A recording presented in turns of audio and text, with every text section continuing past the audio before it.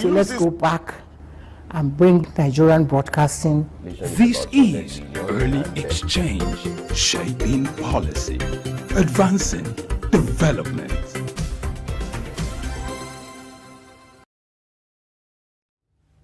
Glad to know you're still there with us. And now let's start the conversation. We're looking at the attack and the impact on the global supply chain, the destruction it has brought into it. And to shed more light on this, we're being joined by our in-house analyst. We have Dr.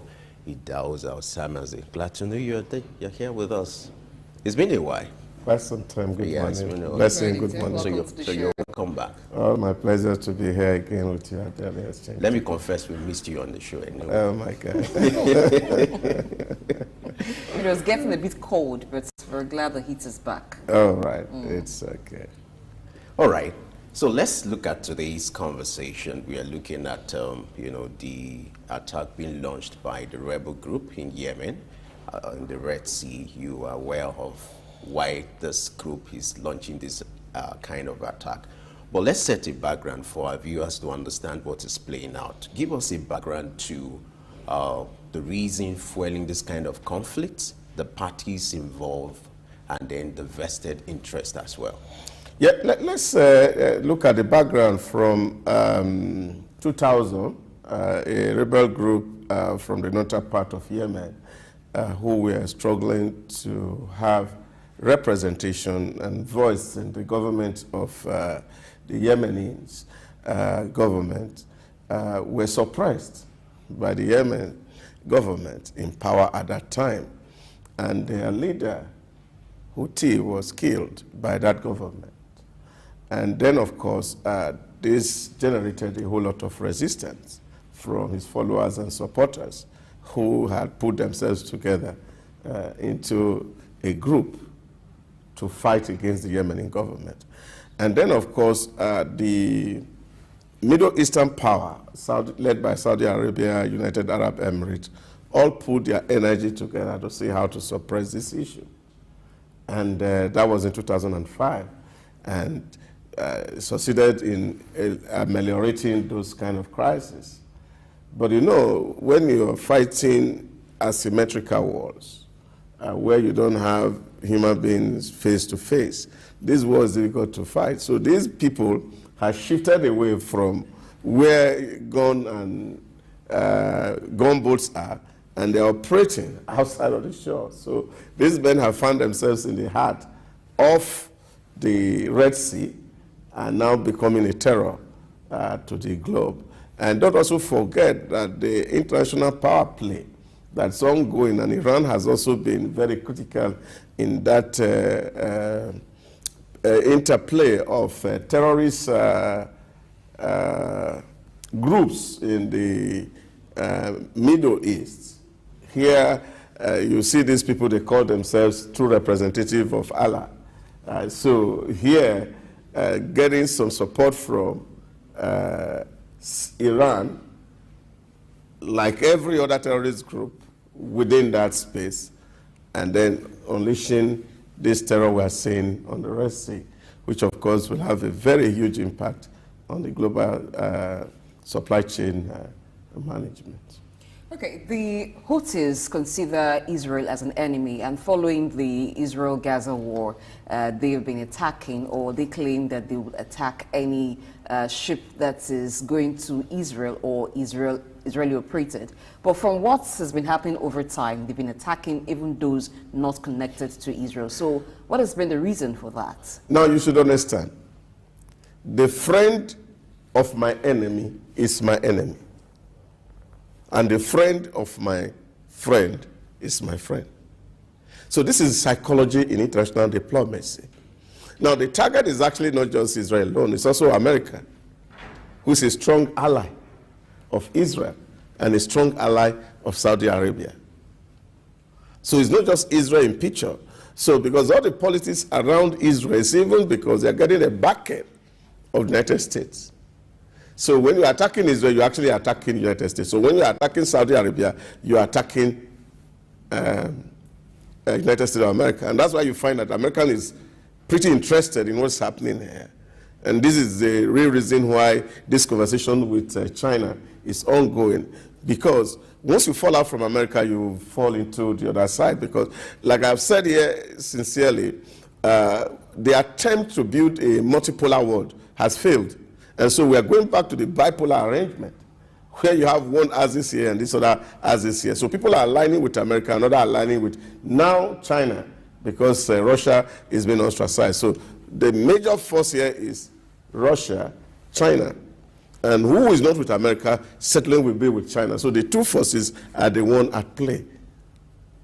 All right, let's expand this conversation further by looking at the rules of some of these countries. You have US, you have Russia, you have Iran, and you also have the group itself. But let's start with Iran. What do you think is the vested interest here? Because it's of public knowledge that this group is being sponsored by Iran. And then when it comes to the issue of weapons and ammunition, they are supplying the rebel group. What do you think is the interest here, the vested interest? Let's look at Iran before we go to other countries.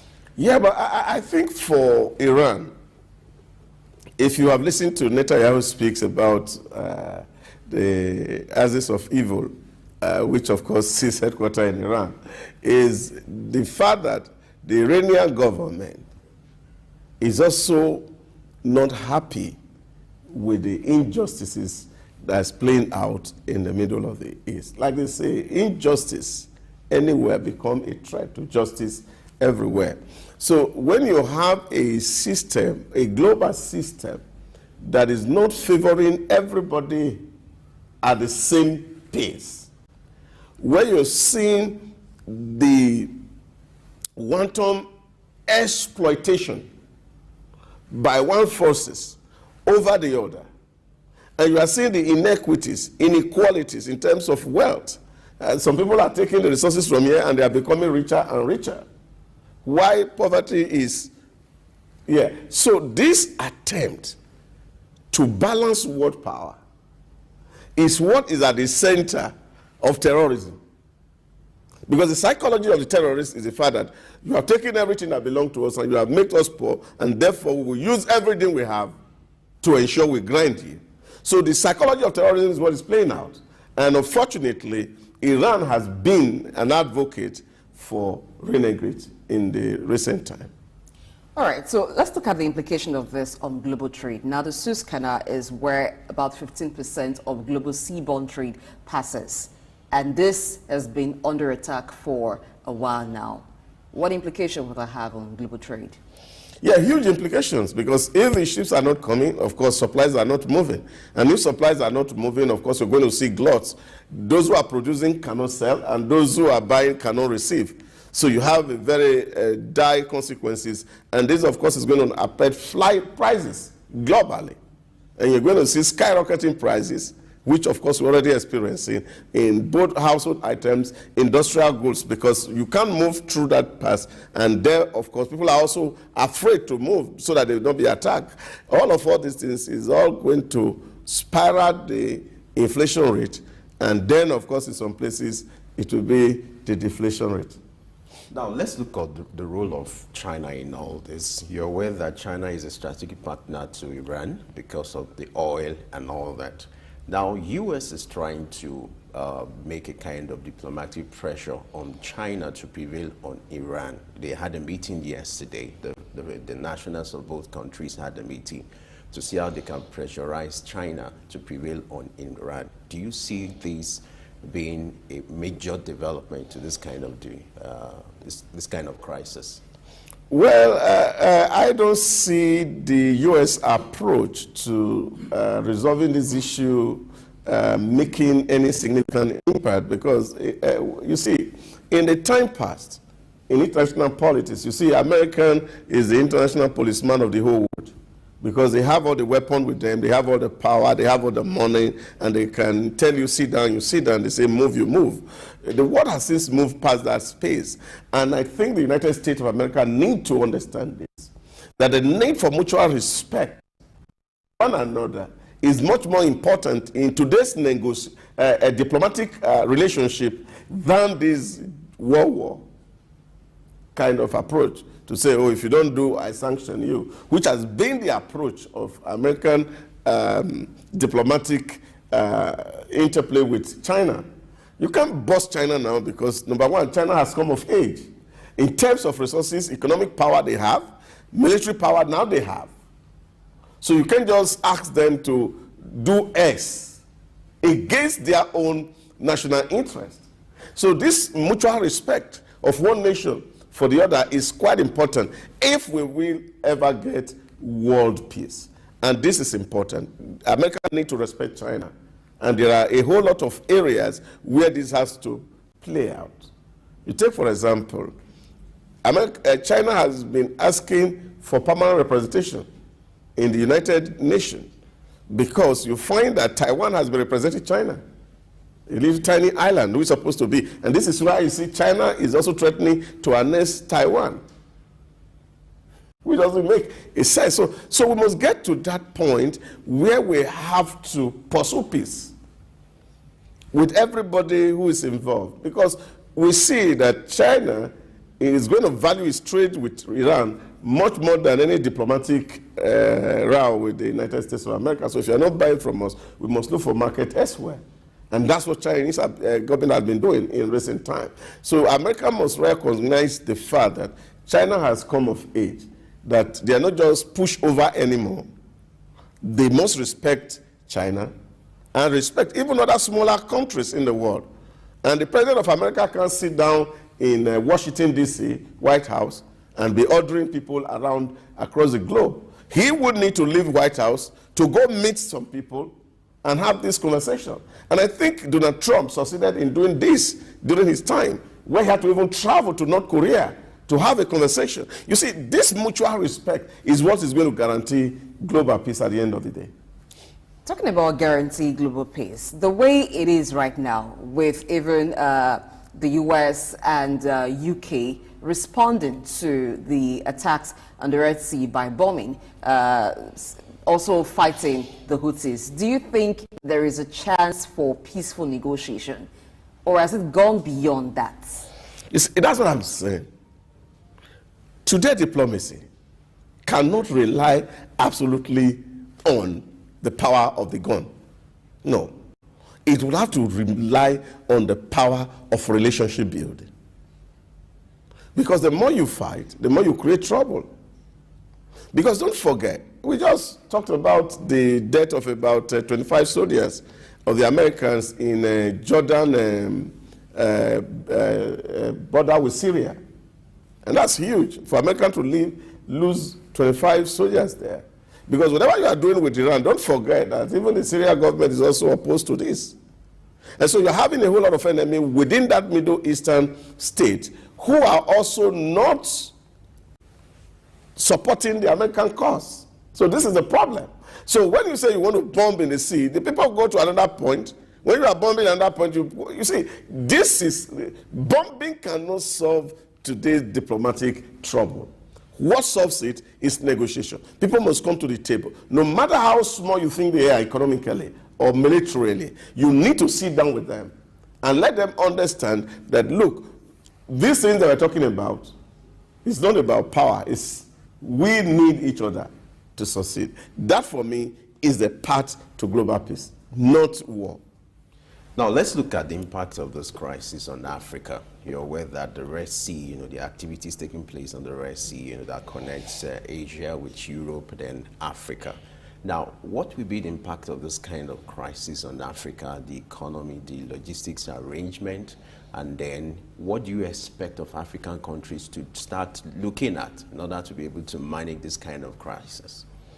You see, Africa has been the whipping boy of the continents of the entire world, and that is quite unfortunate.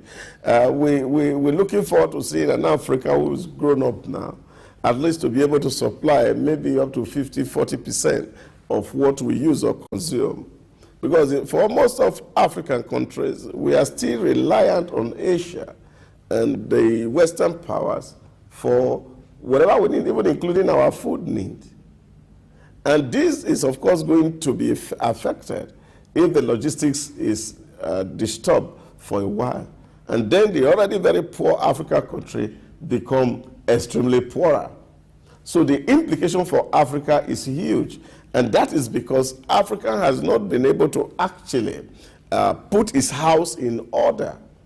And this is one of the issues that we keep saying, that we need a one Africa. Nkrumah started this advocacy in the late 50s, that Africa cannot survive as small countries. Africa can only survive as a one bloc. So he amplified the United States of Africa, which of course did really not see the light of the day because of the activities of these same superpowers, whether they are from the East or from the West. So we couldn't really come together.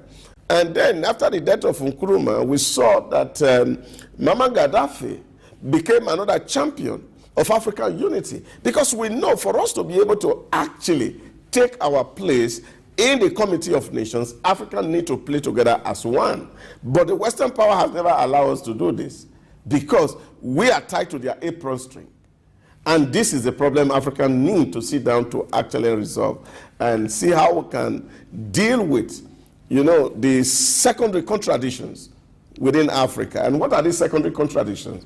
Is access to power, where, of course, the zero-sum game politics of Africa need to change, where we need to share power, where we need to share resources with the minority, so that we don't incite them to become anti-government. So this is where Africa need really to put its house in order, so that when these shocks are happening, whether in the East or in the West, we are not adversely too affected. Okay. Now, Africa may be trying their own best to ensure that they are not too affected. And the world in itself, in response to this, is looking for an alternative route for trade. But will that be sustained? Is it going to be a safe route in the long term? How do you see this transforming global trade over time? Well, I like I've said, and I think that for me is what it is. Whether you look for a new route, what would the new route cause? It will become a longer route. You have to pass through the Indian waters to find a way to get into Africa Atlantic Ocean. And then, of course, you see the cost of carrying your vessels become quite expensive. Of course, it will affect the price of whatever thing you are buying or selling in Africa. So that is what it is. So there's no how it will not affect global trade. That is why I'm emphasizing that what the pursue is peace. And how do we get peace? Peace is simple. It's democratize the United Nations and let those big people understand that even the smaller powers matters today. Because we don't know who has what anymore. Where, of course, you can say, okay, nuclear weapon is this place. People are doing stuff. And that's what Netanyahu has been pressuring, that Iran has arsenal right there inside there. And they've been tracking and using his map to look at where it is in Iran. We don't even know what they have. And this is where the world needs to sit down and swallow those humble pie. And let's go around the table. And we're not just calling shots to other people. We should also respect their sovereignty and the right to be who they are. And even when we are going to take things from them, we should ensure that this thing for the mutual benefit of all. So what alternative do we have? Alternative will only reduce in higher prices. And that's where the world finds itself as of today. All right, let's look at the business implication of all this. According to reports, oil price, according to reports released on Monday, oil price have jumped up by 1%. And this is expected because even the vessel in question, was laden with oil. But now let's look at the implication now for the whole world globally. And then for Africa, what should be the narrative for Africa looking inwards, knowing fully well that this might last for a while? So what should be the narrative for Africa now that the impact is affecting global logistics, is affecting oil business, and virtually every commercial activity taking place in that route? So what should be the narrative for Africa in terms of looking inwards to be able to mitigate the effect of this attack? That's the point I made earlier on. Africa should not be reactionary to global issues. As these things are happening, they must be able to calculate what is their impact on them and then begin to negotiate for themselves. I expect that the African Union sit down now and to call an emergency meeting of heads of states to say, how do we deal with these issues? Because we will be the biggest loser. Our citizens are going to pay more if this situation persists. And see how they can also initiate diplomatic talks with some of these rebels to see how we can stop this operation. And let's sit down around table.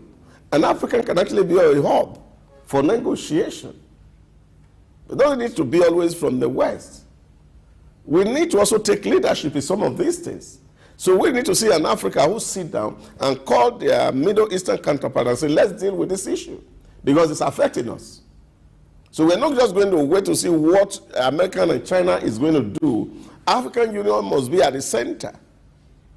We want to see a delegation from AU going to Iran, not routing through China. So all these negotiation, diplomatic moves needs to be happening right now in Africa so that we don't allow the crisis to persist and then the people who are the wretched of the earth bearing the brunt. At a time like this, do you see some businesses benefiting from it? Does it become an advantage for businesses in terms of creating substitutes? Yeah, it will be if the technologies are there to create substitutes. There are few substitutes that you can create at the moment, which is, of course, a very big issue because refining power in Africa is low for petrol and diesel, which, of course, we still buy greatly from the West and from Asia. So these are issues. So where you have an alternative, great, you can take advantage of it. Gas still comes from Russia and all these places to Africa. Now, Nigeria is trying to build the pipeline connecting Morocco to Spain. Now, if this project has been done earlier than now, of course, Nigeria should be smiling to the bank with a lot of opportunity if this thing is not coming from the West. So these are some of the things where we really need to be strategic in terms of thinking and looking at the way the world is today, how we should play in terms of positioning ourselves for global trouble. And Africa needs to take a lecture on this. And I mean African leaders. All right, we're due for a break now. When we return, we'll continue our conversation as regards this disruption taking place in the global chain. Stay with us. Idumota Market. Eko Idumota, once a residential neighborhood, is home to Idumota Market located on Lagos Island. It is one of the oldest and arguably one of the largest markets in West Africa. Idumota is a historic neighborhood adjacent to the Lagos port that facilitated the slave trade and later, under the British indirect rule, it surrounded to exports that fueled the colonial enterprise. Idumota was also the location of an armed forces remembrance cenotaph called Soja Idumota, built as a monument to Nigerian soldiers who served with the West African Frontier Force. An Eyo Masquerade statue and a clock tower are also some monuments at Idumota. Idumota Market is so popular that large sales are recorded as early as 7 a.m. The market is made up of hundreds of locked-up shops occupying several multi-story buildings, with some measuring about 5 or more floors. In 2010, the Lagos State government demolished some illegal structures in order to improve vehicular and human movement in and around the markets. During weekdays, the neighborhood of Idumota is densely populated by shoppers, traders, and bus passengers. From the Carter Bridge ascending into Lagos Island, passengers can see the neighborhood before disembarking at their final destination. Idumota Market accommodates the substantial inflow of imported goods. The bulk of import from abroad are routed first through Idumota and then on to other markets through Nigeria and other West and Central African countries. the energy of private Idumota traders and wholesalers facilitate this activity, where millions of US dollars worth of wholesale is exchanged daily. Idumota Markets, Souq Enlightenment. Good morning and welcome to Early Exchange with Blessing Aiche, Femi Ayodele, Sam Oruoje, and Ida Hosa Osamans. The deficit budget, we're still going to borrow as much as up to 7-9 trillion. We have a 24-hour rescue team always on standby. As Nigerians, we must realize that government does not thrive based on what one man is doing at the seat of power. If I had my way, I would say let's go back and bring Nigerian broadcasting. This is Early Exchange, shaping policy, advancing development.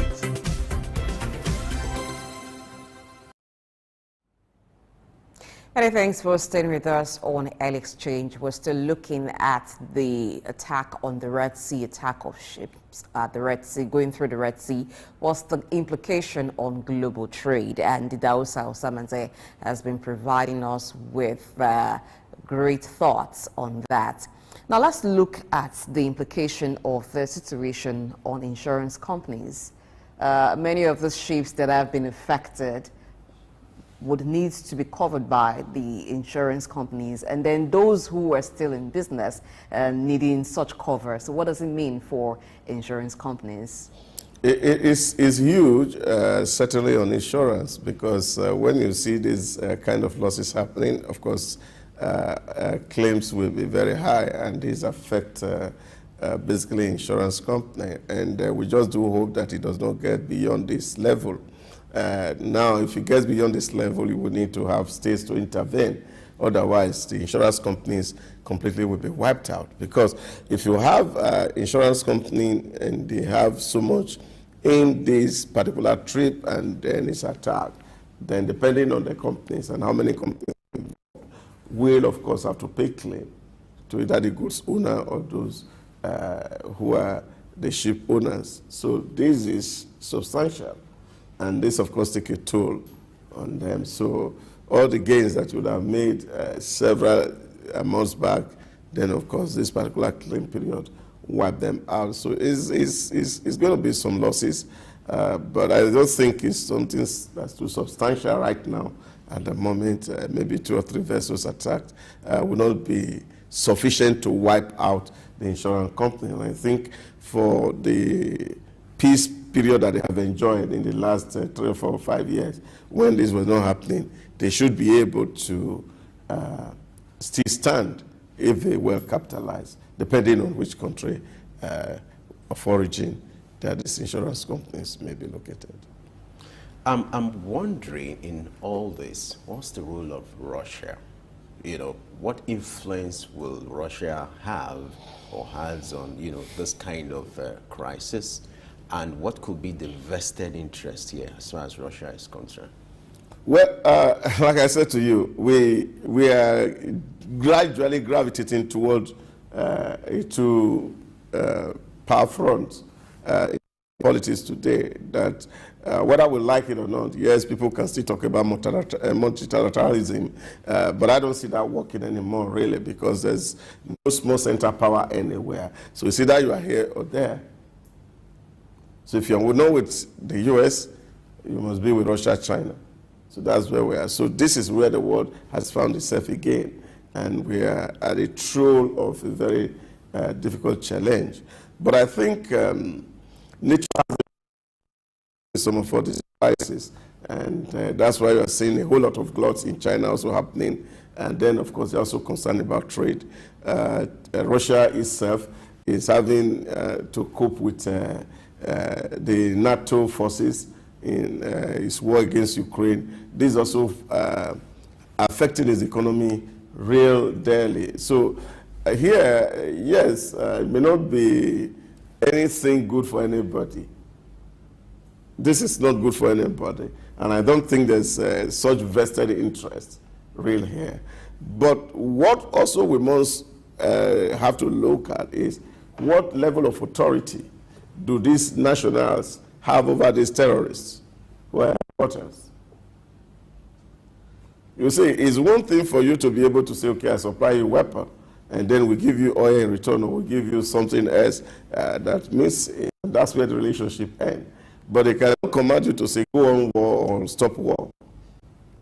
Because the goals or the objective of this crisis may not be the same to either Russia or to Iran or those concerned from Yemen. So Yemen, this is the real issue here. So you have a world here where everybody has an interest to protect. And now, in those days, they call it in international relations, mutual assured destruction. That's the situation where we find ourselves, because if this thing persists, it's not just going to affect only China or America, it's also affecting Russia, because their grain cannot enter into Africa also. So I think they should also be very concerned about what is happening at the Red Sea, because their vessels will pass also. So this is where they too themselves are also worried, and they must also really be talking about it. But it's unfortunate that at the 12-hour meeting with between the U.S. officials and the Chinese officials, really for me, when you are serious about diplomatic issues, head of state should meet. Well, this time around, the conclusion from that meeting is there's going to be a phone conversation between U.S. President and that of China. Do you think that will make any impact? Well, phone conversation, I don't know what impact that can make. The phone conversation is different from table talk, where people sit down around table and I can be looking at your eyes and know what you are feeling and what you are thinking in your mind. So this is also very important. And this is the problem the world has found itself in recent time, when we're having only old men govern the global space. And this is quite not good. So because they can't travel, they can't move, the mobility is rigid. And this is why this is all having this space. If we'll have a younger president in America, I could take a flight the next day and say, okay, let me meet this guy up in China and say, look, what's the real issues? Let's talk about it. So take pride aside and then face the diplomatic issues, and then you can get real solution. Making telephone call will not stop the issue, really, for me. I think it should be much more than a telephone call. Since America is the one who is actually pursuing peace at the moment, and I think they should do it with every of the strength and energy they have to actually drive this process. Because it's not China. If China is the one that's actually the one that is trying to drive this process of negotiation, then of course, Pink should be in America to see the American president and sit down with him one-on-one and say, let's resolve these issues. But I think, you see, ego is a big problem here. And China is becoming egocentric, and of course, America has always been there on a high ego, and then they feel that they rule or own the entire world. But people are saying, no, that's not correct. So this is where, for me, that conversation needs to be elevated. It needs people to sit down, shake hands, and agree on something that is concrete, that both parties can take to the Congresses, and then they resolve the issues and they deal with it. Do you see any connection with politics here? You know, the American election is near, is coming soon. And do you think how Joe Biden handles this crisis will have an influence on his rating? Well, of course, there's no how. If it's going to have economic implications, definitely it will also have political implications. You see, if you manage your relationship with other people very well, it also affect how you look as rating in terms of your efficiency. And this is what it is. And people would now begin to remember themselves and say, oh, if it was the day of Donald Trump, this cannot happen. These are where Biden need to actually leverage his contact and connection with China to solve this problem. And if he's unable to use it, and it's a very low ebb here, it will continue to affect the way he's seen politically, whether it's a weakling or somebody who is inefficient when it comes to diplomatic relationships. So he needs to prove a point, and prove that point to the American voters, definitely. So if it's affecting economy, it will sure affect politics, and that's for sure. So, but it's not that people who are on the races are doing it because American election is close. No. The real truth of the matter is that they have been there It's not today, it's not yesterday, it's not last year. They have been there even before he came. And it's just that by the way Trump has positioned America during his tenure in the 4 years was to say, American for America, we really don't care what's happening on the outside. So they were not putting eyes on what was happening in the international scene as much as it affects the American interests. So the places that Donald Trump will go to will be things that America can easily leverage on as it's affecting their trade or whatever interest that America hold in those spots. So he was not so much about being here or there, which of course is the hallmark of democratic governance. They want to see how every country in the world is doing, including looking at moral issues in countries. So Donald Trump wasn't really concerned about those issues while he was the president. But here you're seeing an American president who is interested in everything, everywhere. And then, of course, you're spreading your tentacle. And the debt burden on the American citizen is getting to the rooftop. Put at last month at about every American citizen is owing about $102,000 US in debt. All right. So, if America is able to negotiate very well with China at this time, and the attack at the Red Sea stops, what about the Middle East? Do you see that translating to peace in the Middle East? Is it just America that is fundamental to bringing peace? Or even within the Middle East, there are issues within themselves that needs to be resolved? Yeah, but you see, what America is trying to do with China is not really because China has the key to what is happening in the Red Sea. China doesn't have the key. Now, what America is thinking is that, look, if Iran is funding these people, and the greatest buyer of Iranian oil is China. Now, if China stops buying Iranian oil, then Iran will not have money to give to these people. Probably they will run out of fund, and then probably the war will end. So that is just a calculation. But who say Iran will not sell oil to other people? Who say India will not be ready to buy oil from Iran? Who says Russia will not be ready to buy oil from Iran? So these are the issues that, for me, that's making it really very complex. Because you're not having, as if that, you see, when you call the Chinese president will call the head of the Houthi rebels and say, okay, please stop, and they will stop. No, that possibility is remote. What is in here is, okay, help us put sanction on these people. So if you sanction them, war. Yeah, so that's, which is, of course, still war, and it makes it even more severe and dire. And we also have to look at the implication of that on the Chinese economy that is suffering a glut at the moment because of overcapacity. They have produced so much, and so much is lying down, is not being sold. I was reading the news this morning where, of course, I think in Switzerland, were complaining that they are going to be closing down their solar panel, even in Germany also, because they are looking at American, Chinese coming to undersell their products in those regions. So the Chinese economy is also threatened. So China also is also very conscious of whatever that happens, so that at the end of the day, there will be a revolution even within China, because when people are hungry, only one thing is left. If you have nothing to live for, you can die for anything. Let's discuss now how to de-escalate this kind of crisis. Do you see any military approach helping this? Globally, you always resort to the issue of having roundtable conversation. But here you have a rebel group, maybe you can put it like a terrorist group where terrorism is at play here.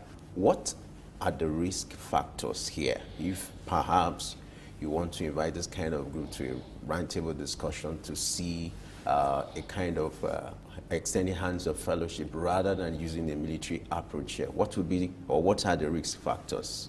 You see, it is to understand the psychology of the man you are dealing with. The man you are dealing with is just to prove a point. And what is this point? That they are significant and they are relevant. And so that's why I say to you, the only way to deal with this issue is relationship building. And it's to let the man know that you are very relevant. We agree that you are significant. How? The rebel group? Yes, with the rebel group. How would that turn out? That's why the risk factors here. Yeah, but what you're saying to them is that we know that you are significant. Put your cards on the table. What are the issues here? You want some equity in your country, which is Yemen. How do we address the issue so that we can have a truly democratic Yemen, where the minority group, what is playing out globally, it's not just only in Yemen. If you even look at the issues that affect us as a country in Nigeria, you see the security challenge that we face is also related in some sort to this issue of dealing with minority groups. There's a problem where the minority feels that they are disempowered and they cannot have, what they want by peaceful means. So the only way to get it is through violent means. So if peaceful revolution become impossible, then violent revolution becomes inevitable. This is what you're saying. So a lot of people are feeling, okay, say if I'm not significant, and you say, okay, let's go to votes, your vote will not count. So if vote is not going to count in a democracy, because democratic is majoritarian ethic, number wins. So if my vote is not going to count, and therefore I have to wait till eternity to even get my right. So what do I need to do? Disrupt the system. And that's why I'm saying that the only way to deal with this issue is to be truly democratic about it. Democracy, as defined by the American legend, is the government of the people, by the people, and for the people. It's not the government of a majority over the minority. So which means at play here is power sharing arrangement. And I think Canada had demonstrated this in the form of the kind of democracy they practice, which is constitutional democracy, where powers are shared among the constituent units in the federation. So this is the options that are available, that we can put the cards on the table to say, what actually do you want? And we look at the possibility, because if we say, okay, let's go to vote, vote will not solve these issues. And so what will solve the issue is this relationship, to say, okay, we recognize your need.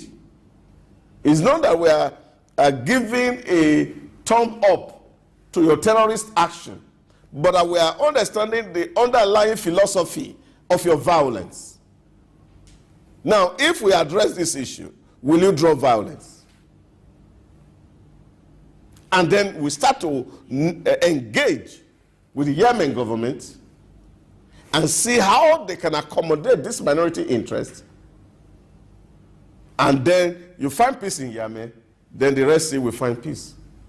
Well, doing this would mean that America has to come to the position of wanting to negotiate with them. And over time, they've held the position that you don't negotiate with terrorists, except they are not considering these rebels as such. Yeah, but that's a position you have had. What I'm saying in essence is that in the era of the 20th century, these were possibilities.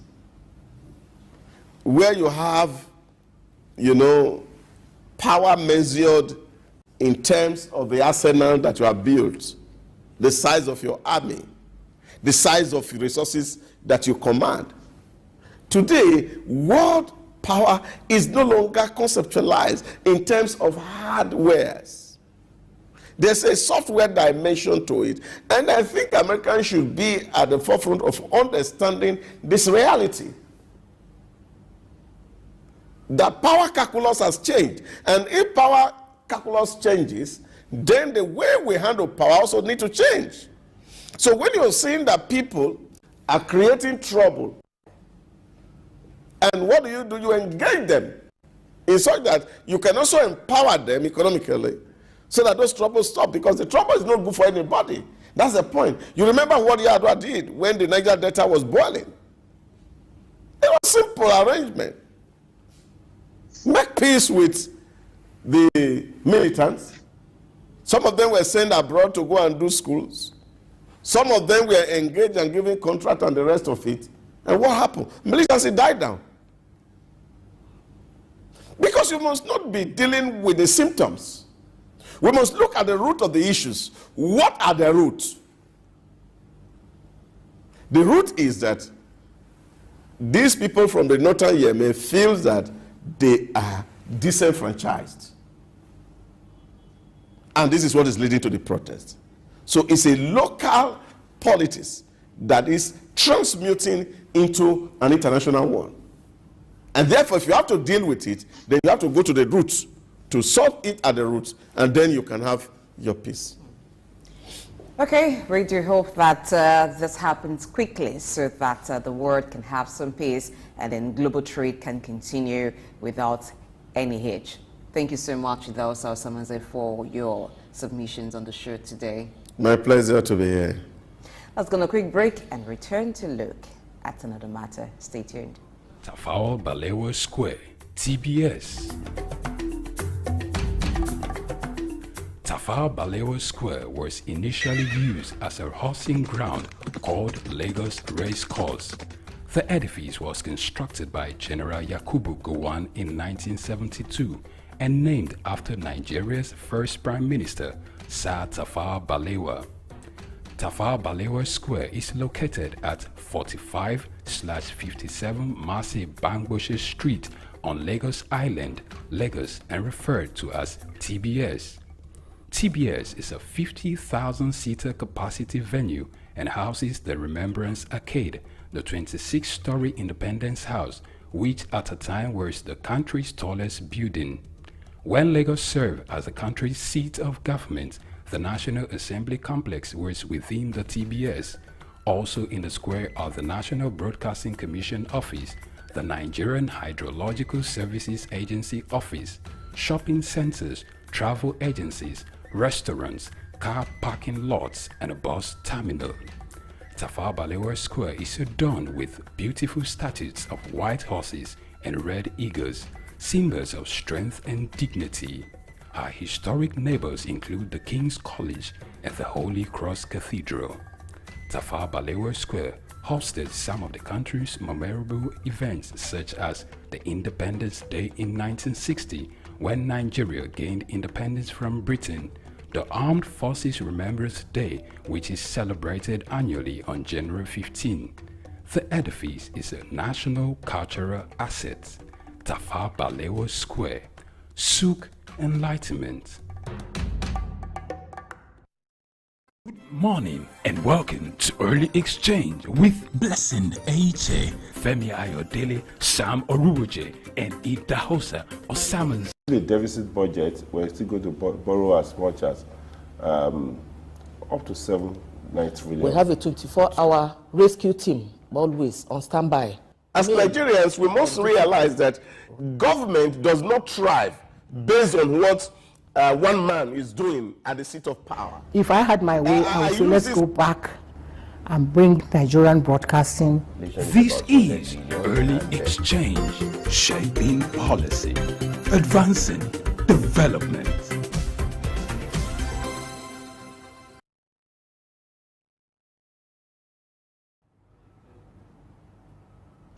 All right, having talked about the trouble at the Red Sea, let's look at Africa right now. As some countries that used to be part or that are part of the ECOWAS, I'm talking about Burkina Faso, Niger, and of course Mali, announcing that they're pulling out of the ECOWAS, even though according to the ECOWAS, they haven't received a formal notification from these countries that they're pulling away from the ECOWAS. What will be the implication on Africa as these three countries choose to pull out from the ECOWAS? What roles have the ECOWAS been playing in the affairs of these countries since the troubled times? And I'm referring to the coup that have happened in these countries.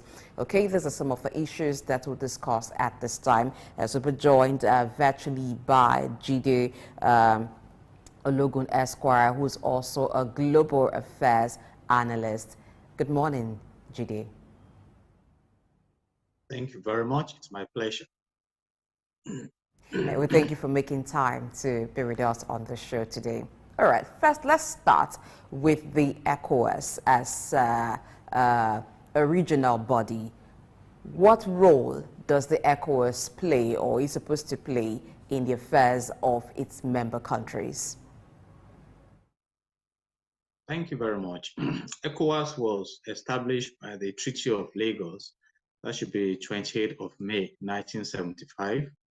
And that treaty has been revised in July 1993. And as the name implies, it is the economic community of West African states.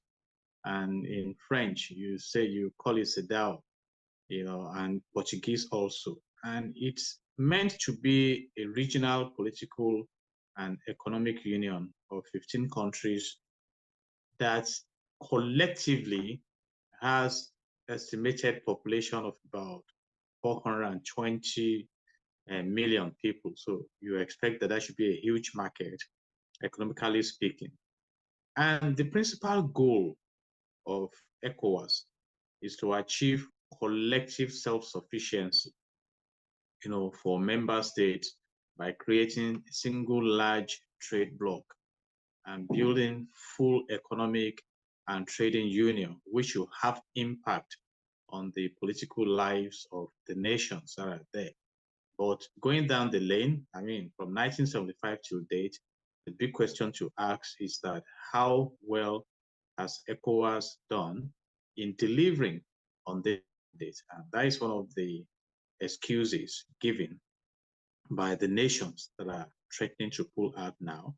When the coup d'etat took place, it was based on the complaint of economic marginalization and backwardness for the people, that the resources available within the nations do not reflect in the good lives that should be presented to the citizens. And right now, the ECOWAS community is trying to persuade and at the same time impose sanctions on these countries to return to democratic system of government, and in response to the sanctions, three of them have come together now to say, okay, we are pulling out completely from ECOWAS, and that is sending a future signal that if that is successfully carried out, then the fear is that other nations may start looking in the direction of reintroducing military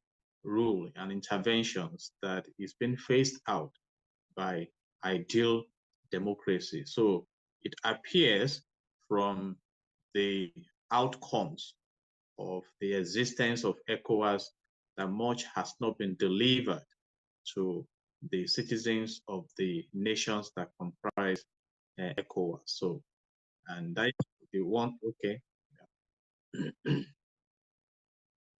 You were going to ask a question? All right, Bryce Gideologun, good to see you again. It's been a while. Thank you very much. Now let's look at the underlying factors here. The military leaders of these countries decided on Sunday to withdraw their membership from the regional bloc, which is ECOWAS. What are the issues fueling this kind of unusual development? Primarily, the impact of the sanctions on those nations. And, we have issues of perception here now in public relations to talk about perception. Those who plotted a coup and took over to establish military rule over those nations are of the perception that the government hitherto, was not delivering to the citizens what should be. And apart from that, the complaints from some of them is that their former colonialists, kept exploiting them, throwing them into poverty while getting enriched by the resources. You need to go and find out the resources that are available in Niger Republic, for instance. Those resources should be enough to make Niger maybe the 5th richest country in the world. You see, so these are issues. The same underlying factors that we make those who plan coup to say we are kicking this government out of office: corruption, maladministration, poverty, not delivering on the expectations of leadership. And at a point, ECOWAS was trying to, scream and use force, but the kinetic approach may not help the situation, particularly now that you have three nations forming a bloc. And my argument at the time was that ECOWAS should be proactive in ensuring that we have mechanism within ECOWAS that we make leaders of the different nations develop their countries and deliver the dividends of good governance to their citizens, which now prevents military intervention, at least to a reasonable extent.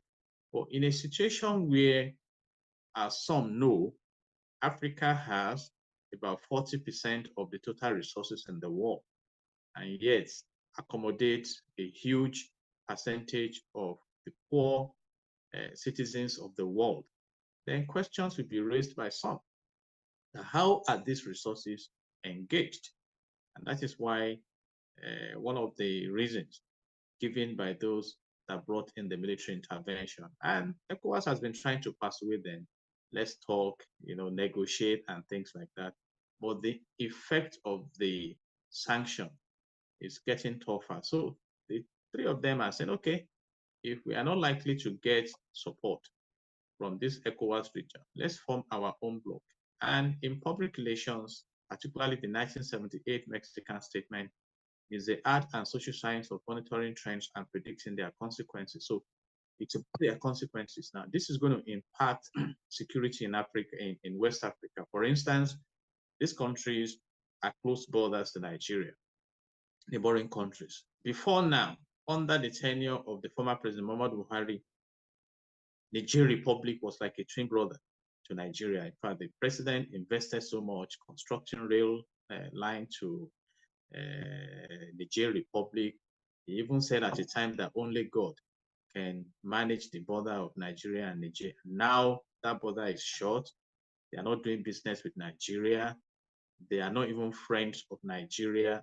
And so not to start with, the investment of the former president in Niger Republic is locked up now. How strategic that decision was is a different thing. And when this bloc are now reinforcing their relevance within ECOWAS, other nations will be monitoring them, because there are agitations in some West African countries about the level of poverty, about the level of insecurity, about the level of absence of good governance. And that is why ECOWAS should be concerned. And of course, we know that Nigeria is the headquarters of ECOWAS. And that is why this matter should be handled with utmost diligence. And I understand that there was a group from ECOWAS expected to meet in Niamey, but due to logistic issues, they could not fly out of Abuja. And these are part of the issues we are talking about. So it may appear that not much seriousness is given to this issue. And when you talk about military intervention, you know the level of force that may be embraced by military engagement. So we need to prevent the democracy that is being nurtured in West Africa from being encroached upon, because that would be sending a very harsh signal to the protection of democratic tendencies. But on the other side also, the drivers of democracy should be seen to deliver on the mandate of democracy. Democracy is the government of the people, by the people, and for the people. And let me say this, coming to Nigeria, for instance, and picking it from our grand norm, the Constitution. You look at Section 14, subsection 2 of the Nigerian Constitution 1999 as amended. It says clearly that the security and the welfare of the citizens shall be the primary purpose of government. So let me now ask you this big question. How many countries within West African region can claim to have secured the citizens and to have provided meaningful welfare to their citizens?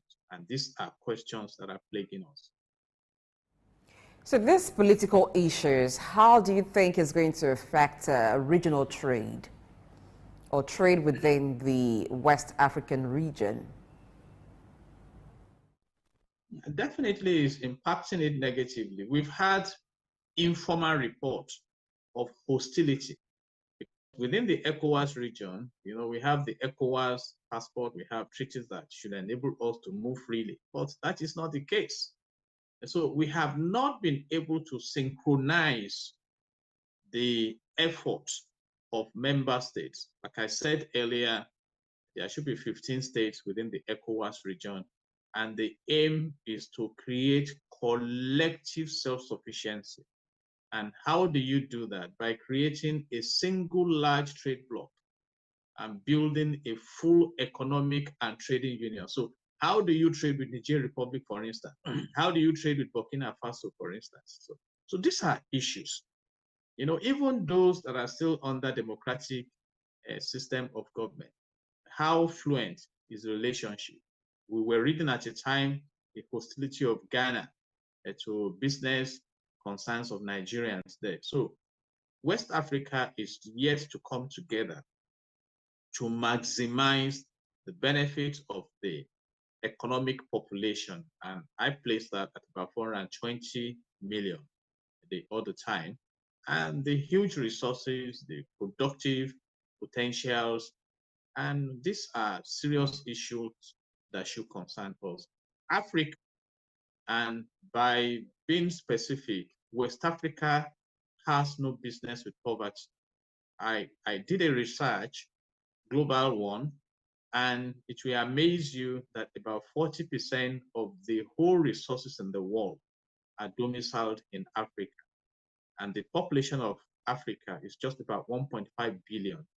And you throw that into the around 8.2 billion of the world population, then you now see the huge potentials in terms of resources that Africa has. So what we lack generally is the resourcefulness to maximize our resources by creating commonwealth for common good. Though some countries in Africa are doing well.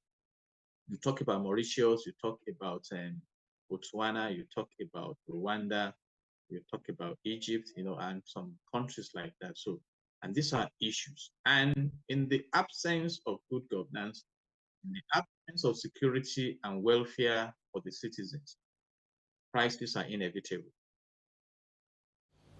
All right. Now let's make reference to the treaty that led to the formation of ECOWAS in 1975. Over the years, there have been issues around the credibility of ECOWAS. In fact, there's a clip I'm going to play for you now. I would like you to take a listen where the former head of state, Gowon, talked about these issues in 1975. I would like you to take a listen and then you will react to it.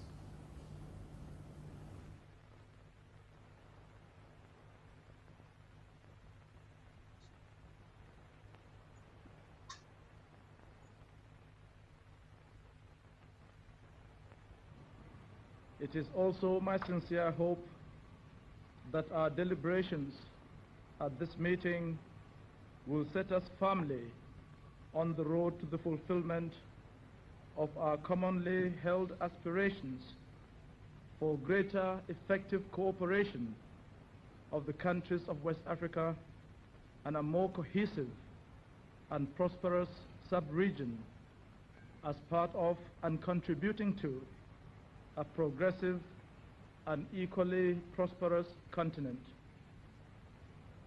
This is a momentous day, marking as it does the fulfillment of many hopes, the result of persistent efforts on the part of leaders from all corners of West Africa, another major and concrete step in giving practical effects to aspirations which we all share and which in various previous meetings, conferences and groups, we have all endeavored since the beginning of the last decade to bring to fruition.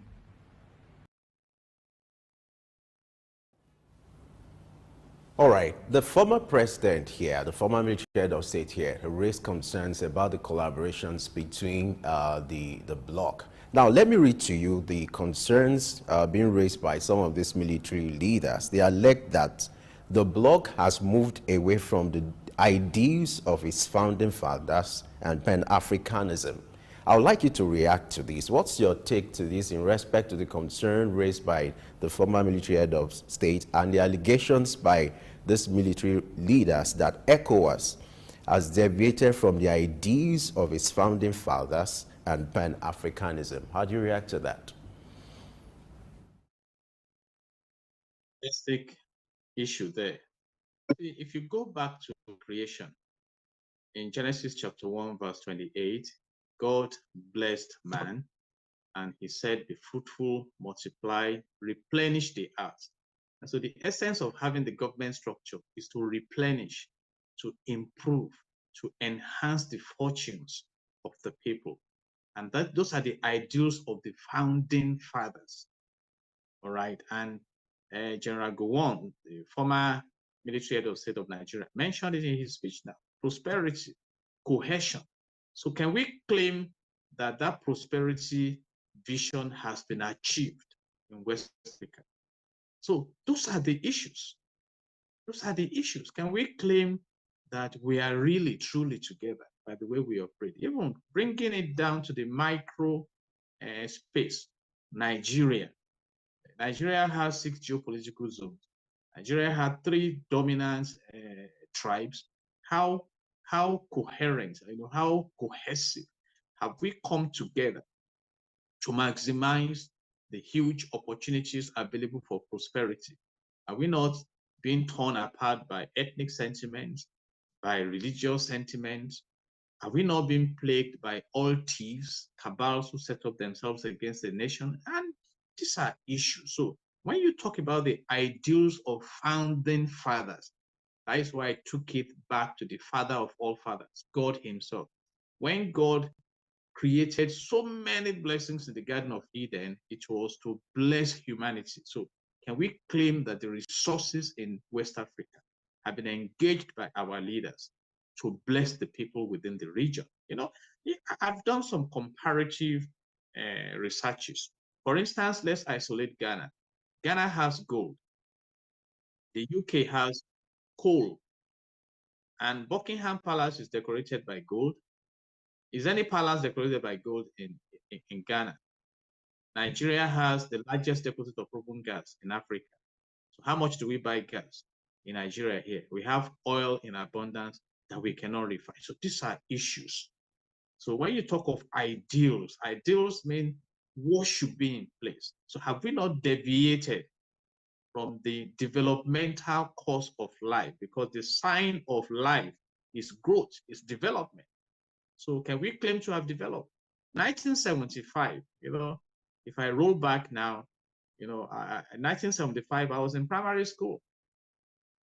I entered secondary school in 1977.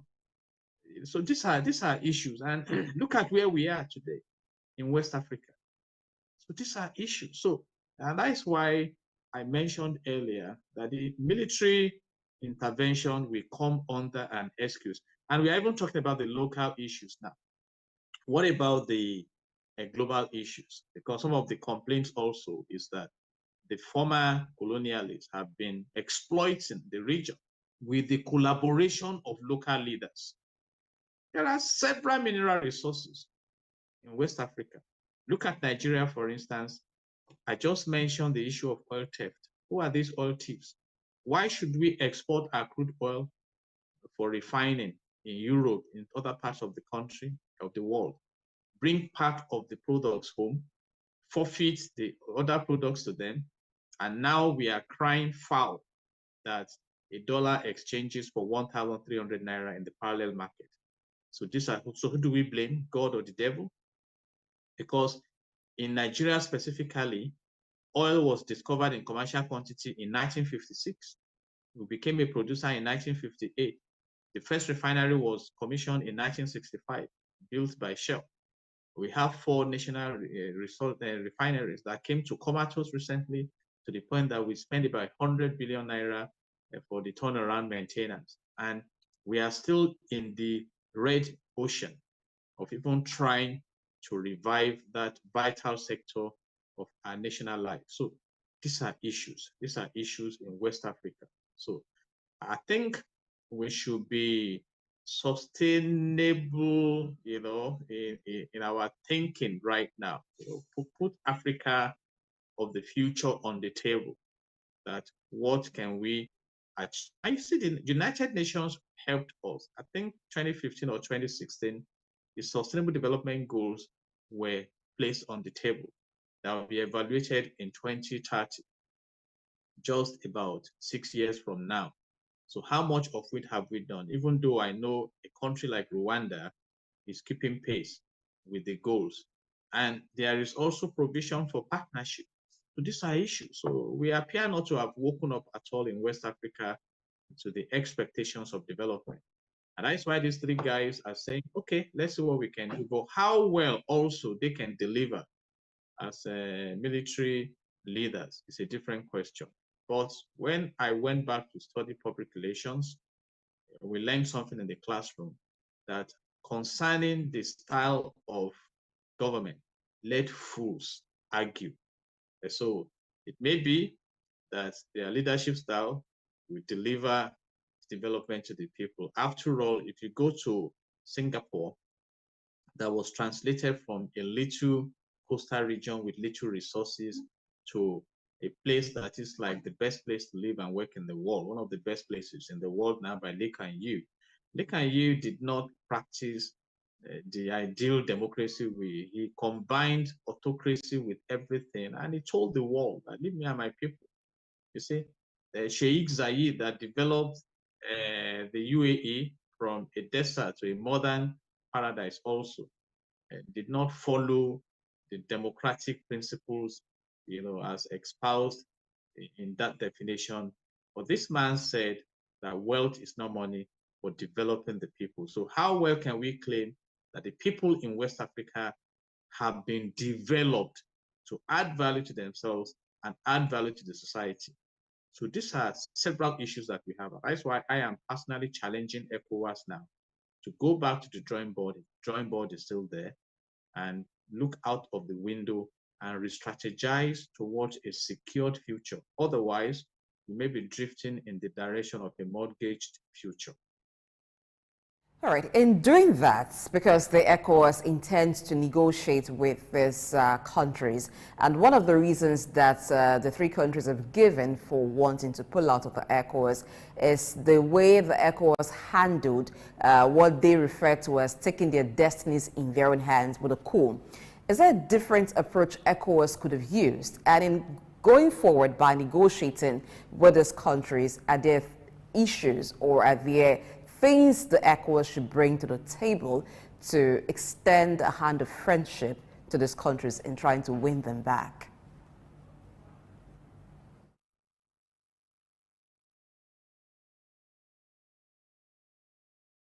Absolutely. We have the kinetic, which is diplomacy. Sit down, negotiate. Conflict is inevitable. Or you get to the table, and in resolving conflicts, there are about 5 steps. I may mention few. Identify what the problem is, which is critical, because if you don't start from there, you only be handling symptoms and not the root causes. What are the problems? What are the threats? Why are you afraid that we cannot continue with this? What new thing are you bringing? How can we understand one another? How do we come to the point of agreement? And how do we prompt resolutions? And how do we keep faith with the resolutions for implementation purpose? The only thing that is constant is change. At a time, the military head of state, General Gowon, retired, that we listened to earlier, said that the problem of Nigeria was not money, or what to do with the money.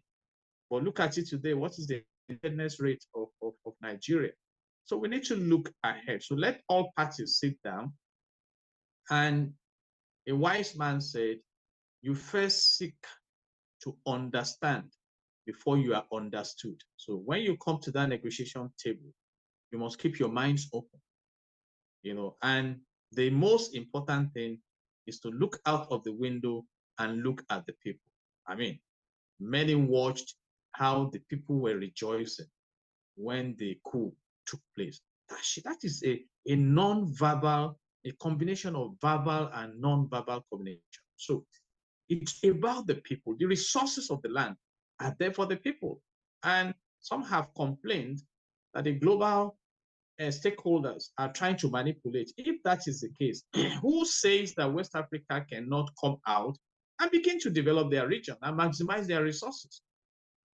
So these are issues. For how long do we play slaves to those who enslaved us earlier? So those are the issues. It's all about negotiation and fulfilling promises and keeping faith with resolutions. And I hope that these new leaders we are talking about are sincere about moving their nation to greater heights. If that is the case, I mean, let's see how we can, and maybe other countries will learn from them, because there are other countries in West Africa too that practice democracy and have little to show for democracy. So in terms of development, and somebody threw a challenge to me recently that, are we even learning from the developed countries? And my answer was quite direct and simple, that if we are learning from developed countries, by now we should have been developed. You see, so these are issues. What are our priorities?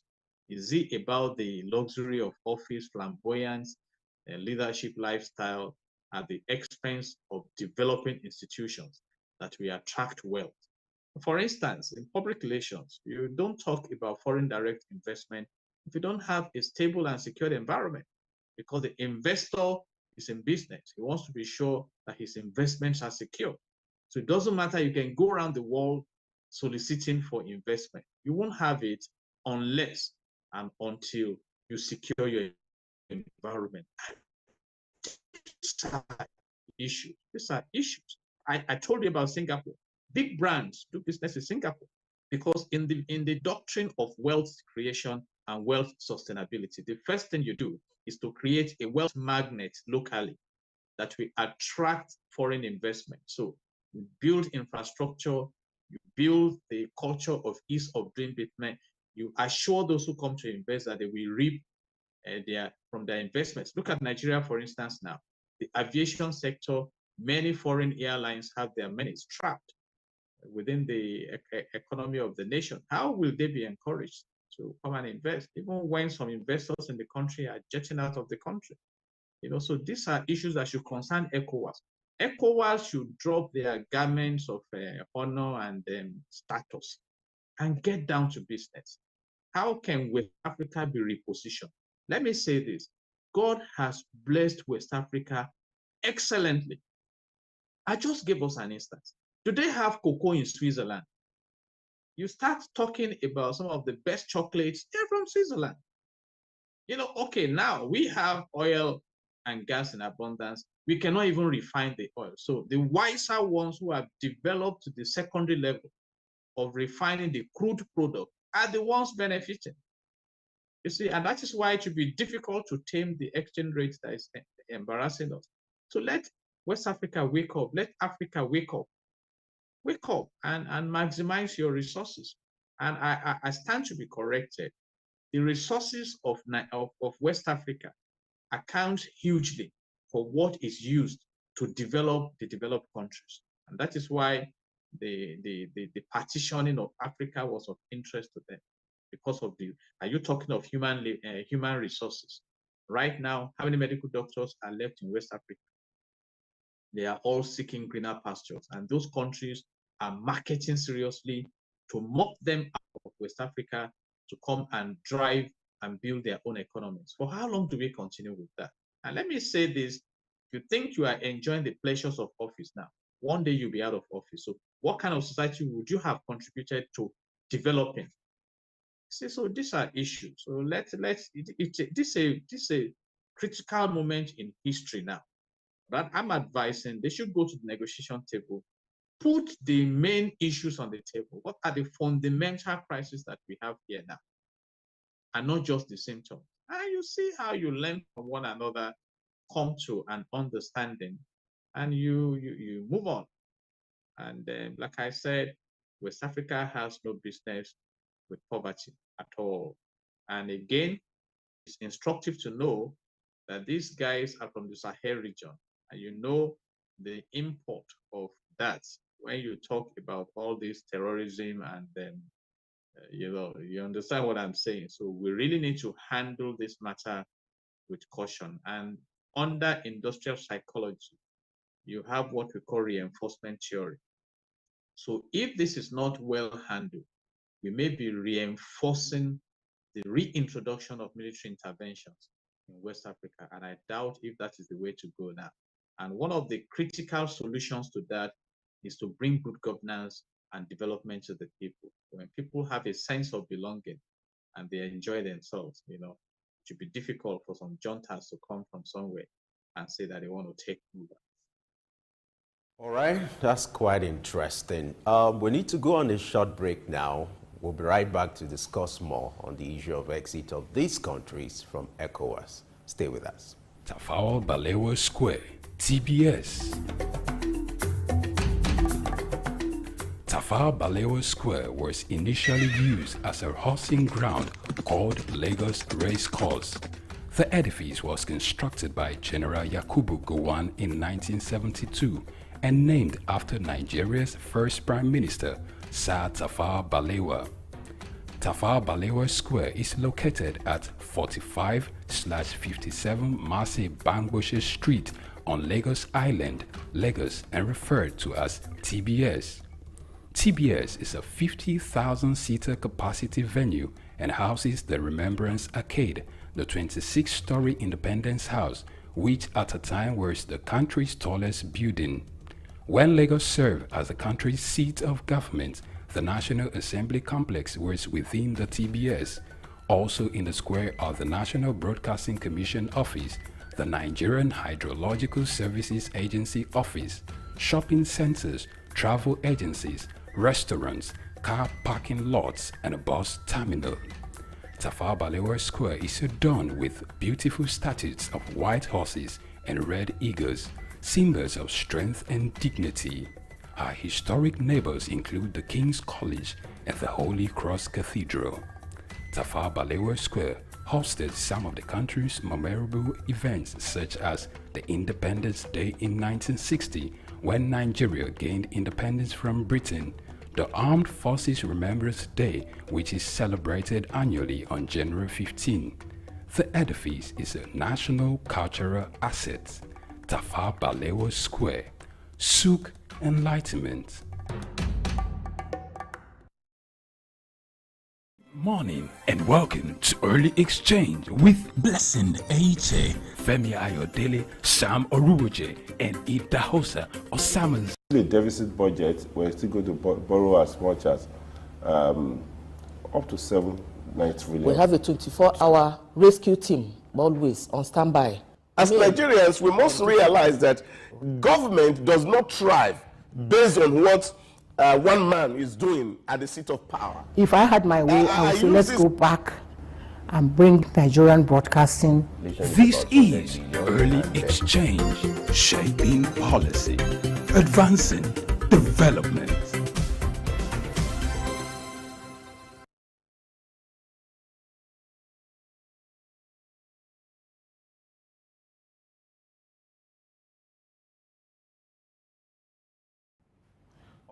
To know you're still there with us. This is still Early Exchange.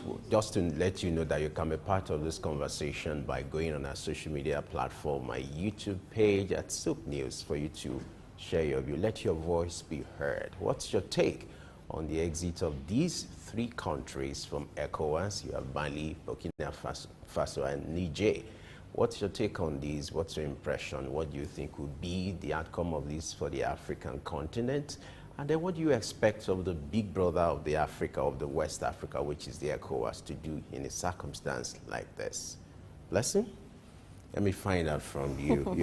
There are a lot of people who feel, okay, the options could be a military approach. On the other hand, there are others who feel that could be too risky, looking at the fact that these three countries, they are familiar with coups, and you have military leaders already, and somehow they have alliance with Russia, who in the recent times has been providing support through the Wagner groups and some of the activities going on backdoor to support their military base and all that.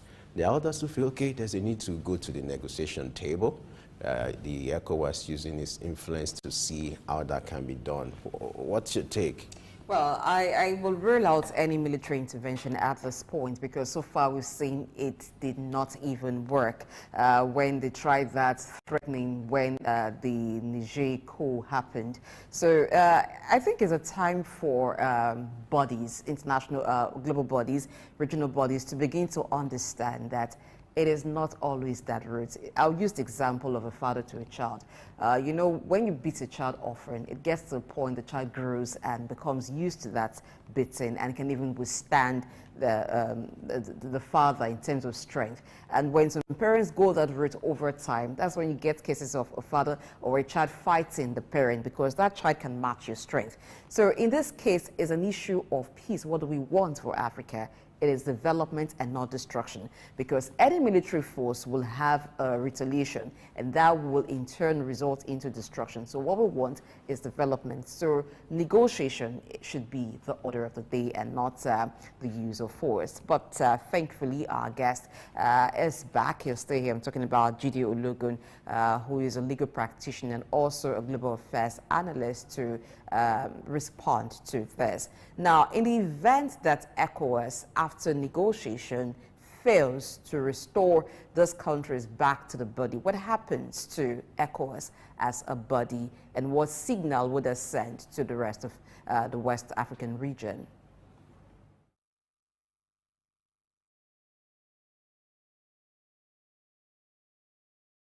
Unmute your mic so we can hear you.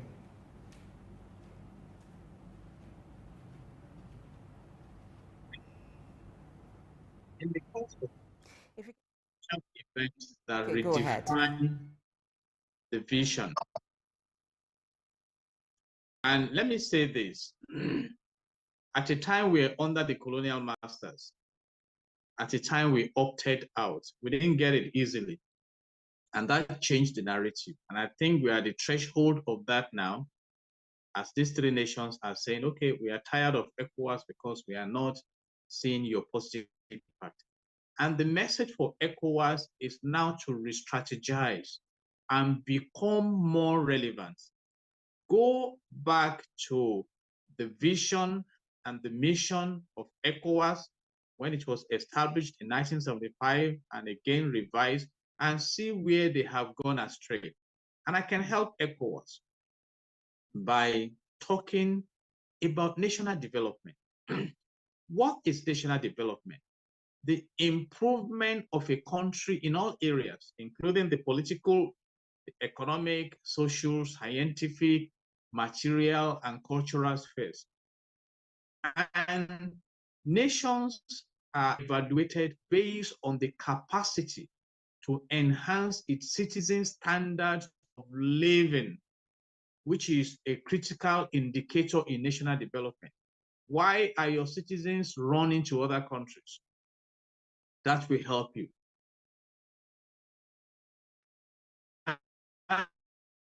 And there are about 8 phases, about 5, expanding industries.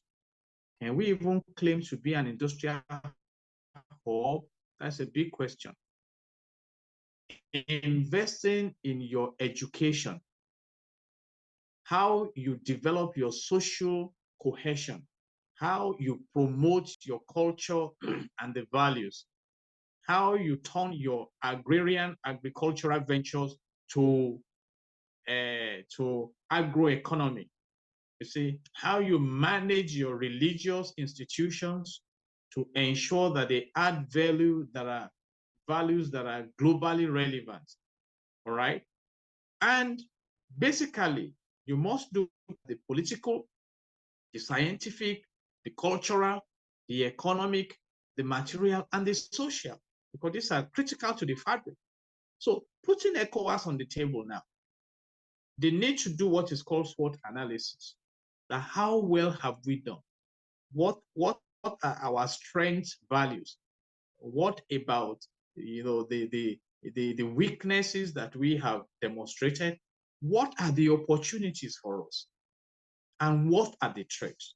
Recently, the vice president of Nigeria was in Switzerland for an economic conference, and he said he was there to market the potentials of Nigeria, and I quite agree with that. But you see, you may need to do less marketing if your environment is business friendly. So it may be better that he returns home to sit down at the Federal Executive Council and they take a decision and be determined to return this nation to a secured environment season that will now give the foreign investors the confidence to come and invest in the country and ensure that the investors that are here do not jet out, that they provide the basic amenities that are expected to drive industrialization.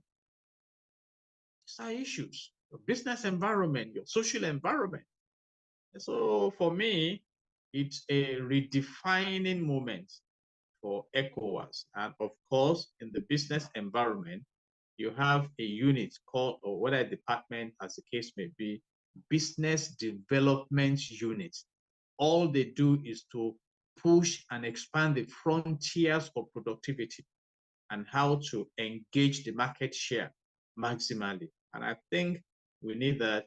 And permit me to echo what I mentioned earlier, that ECOWAS is about economy, it's about political well-being of the sub-region.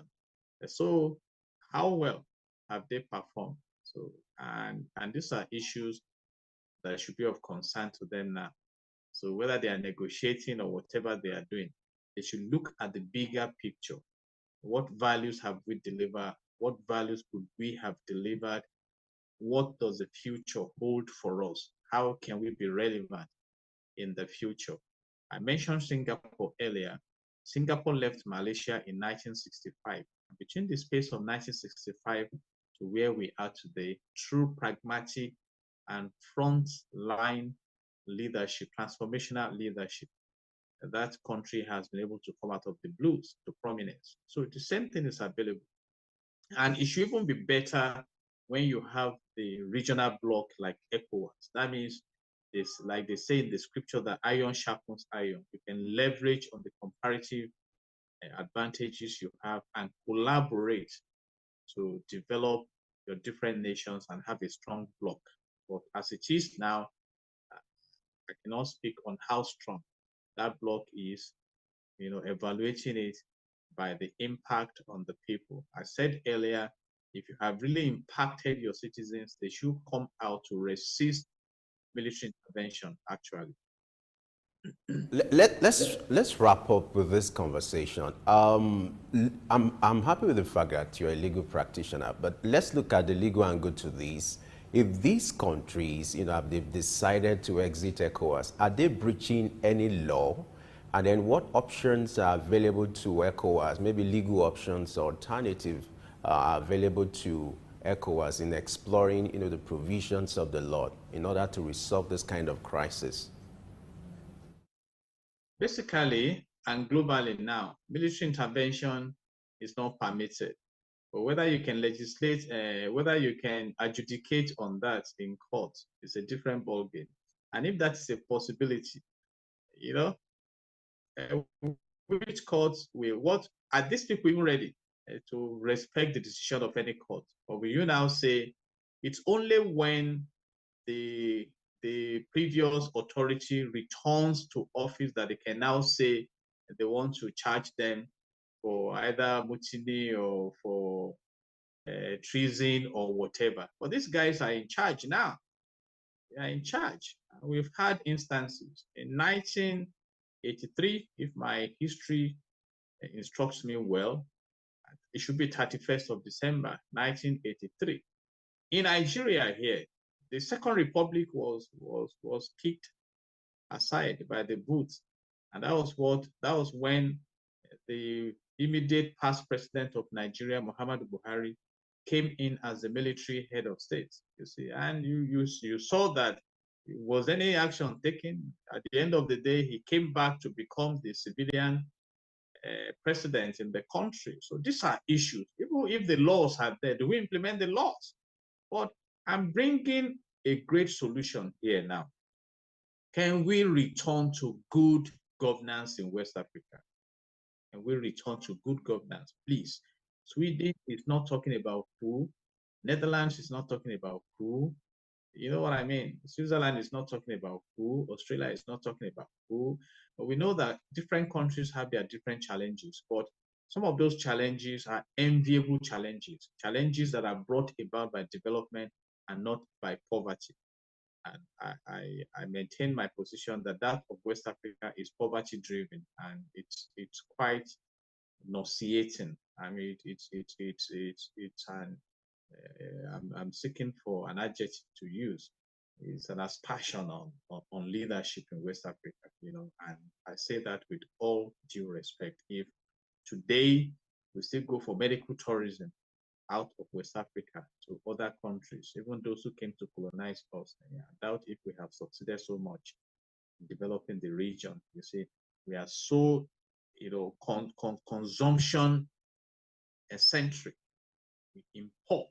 Like I said earlier. Ologun Esquire for being with us on Early Exchange today. Wish we had more time to look at this. Even the military leaders of these countries, how much of development and satisfaction can they bring to the people? But that will be a conversation for another time. Thank you for being on Early Exchange again. Thank you. God bless Nigeria. God bless West Africa. All right, that's been the show today. Thank you for your time with us. We ask that you join again tomorrow, 8 a.m. West African time. Now, if you missed the show, perhaps you just joined now, you can get to the beginning when you go to our channel on YouTube, watch again.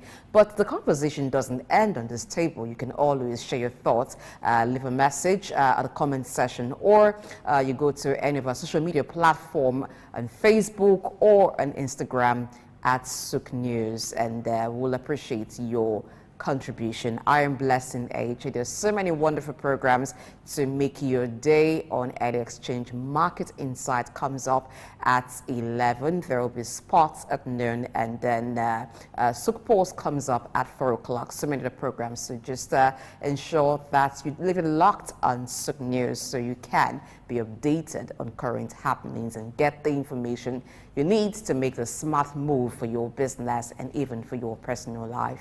Femi? Yes, and from me to you, maximize today, because there's no particular day called tomorrow. Don't forget, Early Exchange returns tomorrow. I am Femi Ayodele. Bye for now. My name is Dr. Agility Obi. My name is Etemari Glover. Naomi, well done, and shout out to Souq News. Shout out to Souq News. I want to encourage everyone to keep watching Souq News. Shout out to Souq News, and yes, tune into them. Keep watching Souq News. They are one in town. Hey, we're watching Souq News. Keep watching Souq News. Keep watching Souq News. Catch them on YouTube and all social media channels. Hey, my name is Frank Edowo, and I'm imploring you. No, forget that. I am forcing you, coercing you to always stay tuned to Souq News for your news requirements. The Three Wise Men. Iconic sculptures and statues adorn major metropolitan cities of the world. In Lagos, Nigeria, the statue of three men designed to depict the state's cultural heritage and to usher in visitors and tourists into the ever-accommodating center of excellence is no doubt an astounding work of art. Originally built under the administration of Colonel Raji Rasaki, designed by Bodu Shodende in 1991 and standing over 12 feet high, referred to as Agba Meta or Aro Meta, the three sculptured chiefs were placed along the Lagos-Ibadan toll gate to welcome people coming into Lagos State. The statue called the Three Wise Men by many has become a major signature for the state. Three white-capped chiefs clad in white wrappers, knotted across their shoulders and with clenched right fists are shown in the artwork. The images fascinate and create impressions in the minds of visitors coming into the state, captivating the attention of visitors who look with keen interest, pondering on the messages which the posture of the engraved images signifies. The Three Wise Men has been relocated thrice from its original position at Ojodu Berger end of Lagos-Ibadan Expressway to Magodo area before its final relocation to its present site at Olowopopo Drive. The sculpture has suffered severe damages over the years and renovated. Bodun Shodende, through this sculpture, depicted the highest honor that can be afforded to anyone in the Eko greeting tradition. The three wise men, Arometa, Souq, Enlightenment. My name is Dr. Rafiu Oladipo. My name is Baba Jalal Repega. I'm Reverend Juliet Benite. I'm Godi Odidi. My name is Professor Oladokun Sulaiman Olarawaju. Souq News is on the ground, loading. Very enlightening, very educative, and entertaining. Thank you to Souq News. So I'm happy that Souq TV has come into existence. I'm happy to be here in the Souq News. I want to encourage you to subscribe to the channel and keep watching news that makes sense. As Browning said, one's extension of one's reach should not exceed one's grasp, or what is heaven for. And I think Souq News is doing that. Africa needs a voice of truth, and Souq News has become one of them. And get ready, get ready, get ready. And keep watching. Keep watching Souq News. Keep watching Souq News. It's a place to be. Keep watching Souq News.